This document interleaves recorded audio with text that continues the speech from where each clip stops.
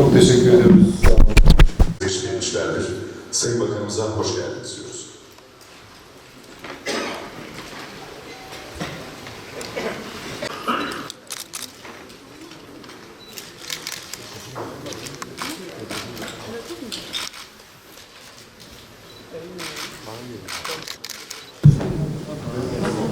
Tamam mıyız arkadaşlar? Biz hazırız. Sayın Cumhurbaşkanımızın 31 Mart seçimleri öncesinde 50.000 sosyal konut kampanyasını beraber lansmanını yaptığımız ve milletimizle paylaştığı proje kapsamında 800 konut Diyarbakır'ımıza başlattık ve kurallarımızı çektik. Artık inşaatlarımız da Diyarbakır'da başlamış durumda.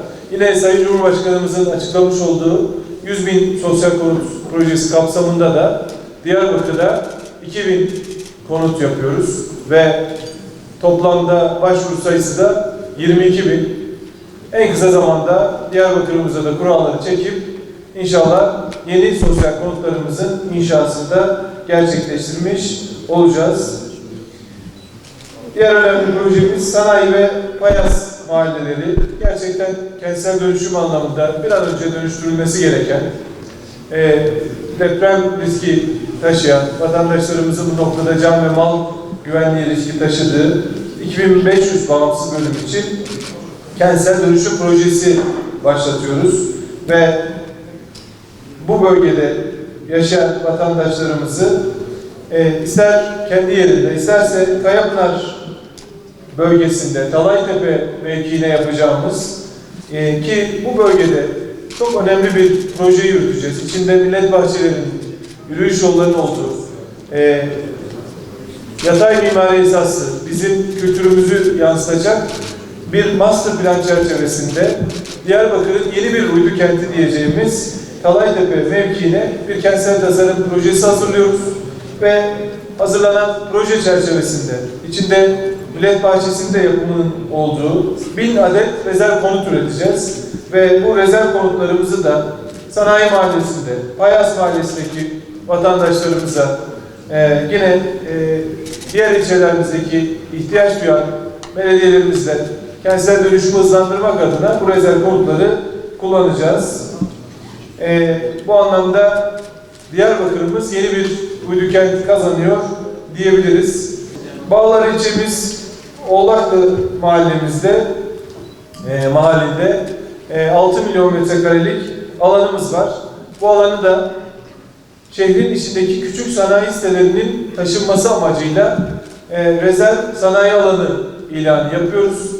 Ve bu ilan çerçevesinde küçük sanayi sitelerinin dönüşümünü sağlamak ve o şehrin içindeki atıl hem esnafımıza hem vatandaşımıza daha iyi hizmet verebilmesi amacıyla modern sanayi sitelerinin yapımı için küçük sanayi sitelerine bu alanların tahsisini gerçekleştireceğiz ve altyapıya ilişkinde hem bakanlığımız hem Büyükşehir Belediye'miz her türlü desteği verecek ve süreç içerisindeki şehrin içindeki o sanayi alanlarının dönüşümünü sağlamış olacağız. Yine tarım sektörünün şehirdeki istihdamın artırılması adına lojistik OSB yapımı için 2 milyon metrekare Kayapınar ilçesinde Güzealan mevkiinde mahallemize yer tahsisi yapacağız ve burada bir lojistik OSB yapımı için planlama gerçekleştireceğiz ve hem tren yolu güzergahı üzerinde sebebinde olması, Elazığ yolu üzerinde olması sebebiyle de bu bölge şehir adına önemli bir katkı sağlayacak, önemli bir adım olacaktır. Karacadağ, Keşiştepe alanında şehrimize, Diyarbakır'ımıza yakışmayan bir manzara var. Vahşi depolama sahası var bu bölgede. Tabii bu vahşi depolama sahası sebebiyle hem bölge hem oradaki vatandaşlarımız bu konudan oldukça rahatsızlar.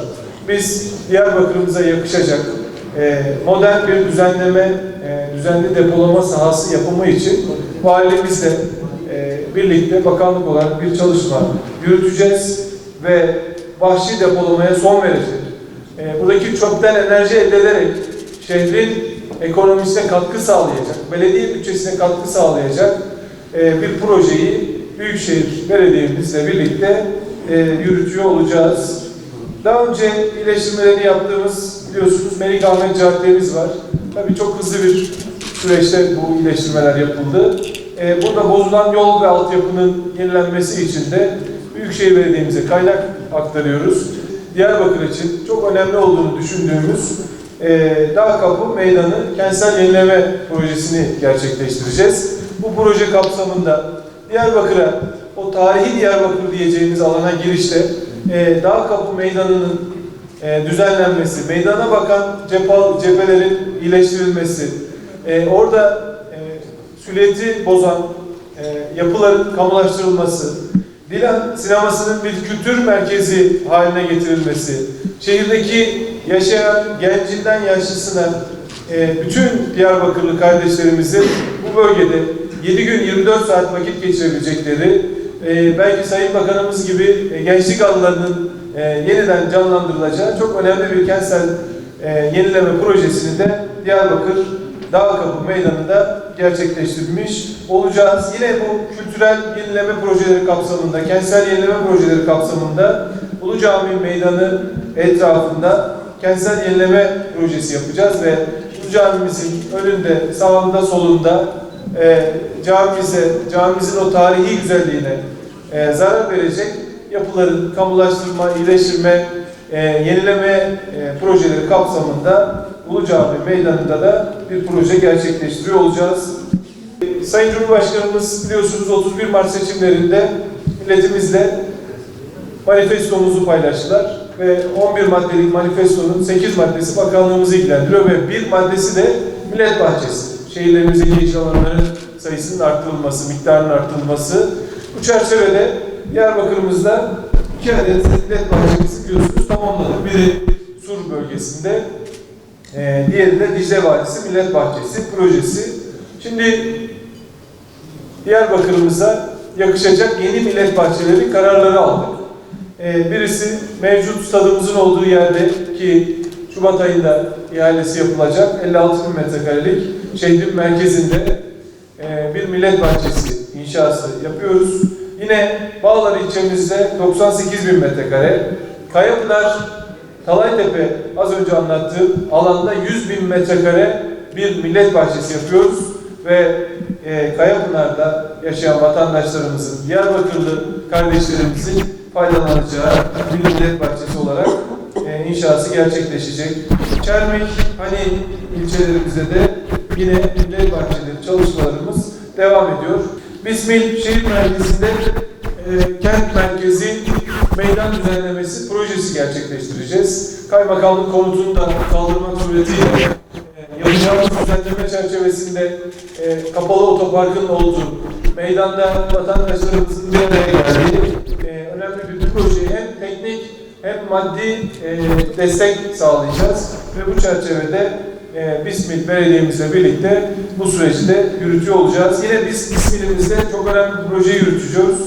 Bismil'in hem ilçe merkezindeki atık su şebekesi hem de atık su arıtma tesisi dahil önemli bir proje, 10 milyon euro değerinde projeyi bu yıl içerisinde başlatıyoruz ve inşallah önümüzdeki yıllar neticelendirmek suretiyle Bismil ilçemizin tamamen atık su arıtma tesisi yapımı ve atık su şebekesinin yenilenmesi projesini de gerçekleştiriyor olacağız. Evet, Sur'la ilgili de biraz sonra bu bahsettiğimiz projeleri yerinde de inceleyeceğiz. Tabi biliyorsunuz terör örgütü Sur'da yaklaşık 7.000 bağımsız bölüme zarar verdi. Sadece Sur'a değil Diyarbakır'a, bölgeye ciddi anlamda zarar verdiler ve o gün Sayın Cumhurbaşkanımızın talimatıyla Sur'u yeniden ihya ve inşa etmek amacıyla büyük bir proje başlattık ve bu proje çerçevesinde de Diyarbakır'ımızın belli noktalarında rezerv konutlar üretmek suretiyle yaklaşık 5.000 rezerv konut ürettik ve bu çerçevede vatandaşlarımız ister Sur içerisinden, ister ürettiğimiz rezerv konutlardan almak suretiyle vatandaşlarımızla anlaşma sürecine gittik.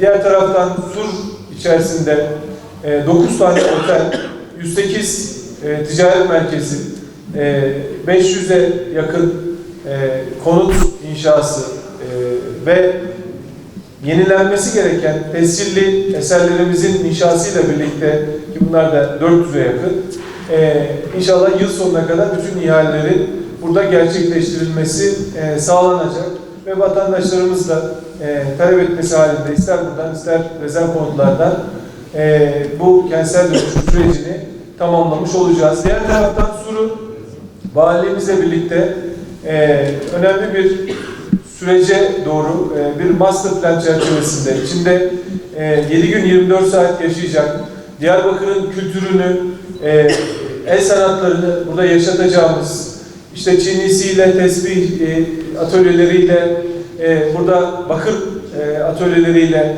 hat sanatlarının yine yerel tüm değerlerin burada yaşatıldığı, gençlerimizin, kadınlarımızın burada vakit geçirebileceği kültürel alanların, millet kıraathanelerin, müzelerin, kütüphanelerin olduğu ve 7 gün 24 saat yaşayacak, içinde butik otellerin olduğu, şehrin esnafıyla birlikte burada bu ticari faaliyetlerin yapıldığı önemli bir projeyi de kültür aksı, ticari aksı projesini de burada valimizle birlikte, Büyükşehir Belediye'mizle birlikte yürütüyor olacağız.